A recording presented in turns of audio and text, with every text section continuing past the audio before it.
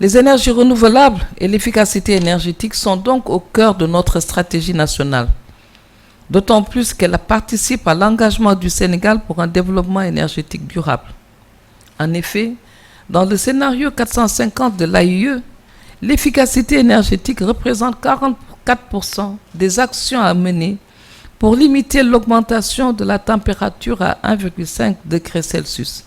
Cela passe notamment par la fourniture de matériel de qualité.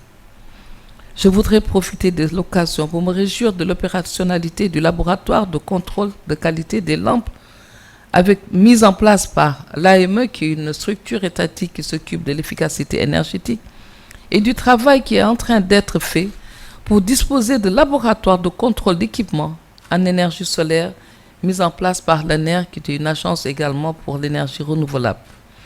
Deux initiatives qui pourront encourager davantage le déploiement des énergies renouvelables au niveau national, qui est déjà à un taux de production de 32%. Face au défi continental de l'accès à l'énergie, l'Afrique doit d'exploiter toutes ses ressources disponibles de manière efficace et efficiente. J'en appelle à l'ensemble des entreprises pour s'investir davantage pour le développement du secteur et pour un renforcement de l'expertise interafricaine. Il l'a dit tout à l'heure, cette coopération sud-sud à travers un cadre idéal en vue d'une croissance durable. En effet, dans le cadre de la transition énergétique, il y a une divergence de vues entre les pays développés et notre continent sur la manière d'arriver à la lutte contre le changement climatique. L'Afrique est résolument engagée dans la lutte contre le changement climatique, d'autant plus qu'elle est l'une des plus vulnérables à ses effets.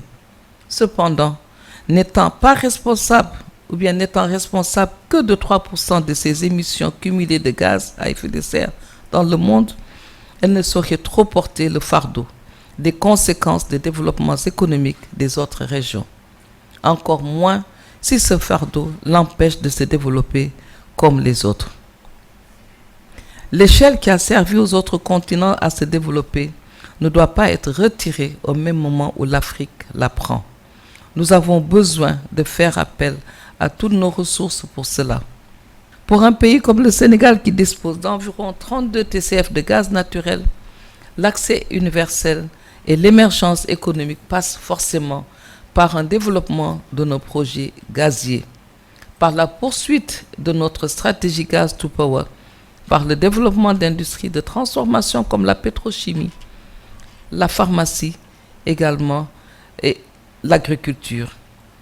Il en va de même pour tous les autres pays du continent producteurs d'énergie fossile.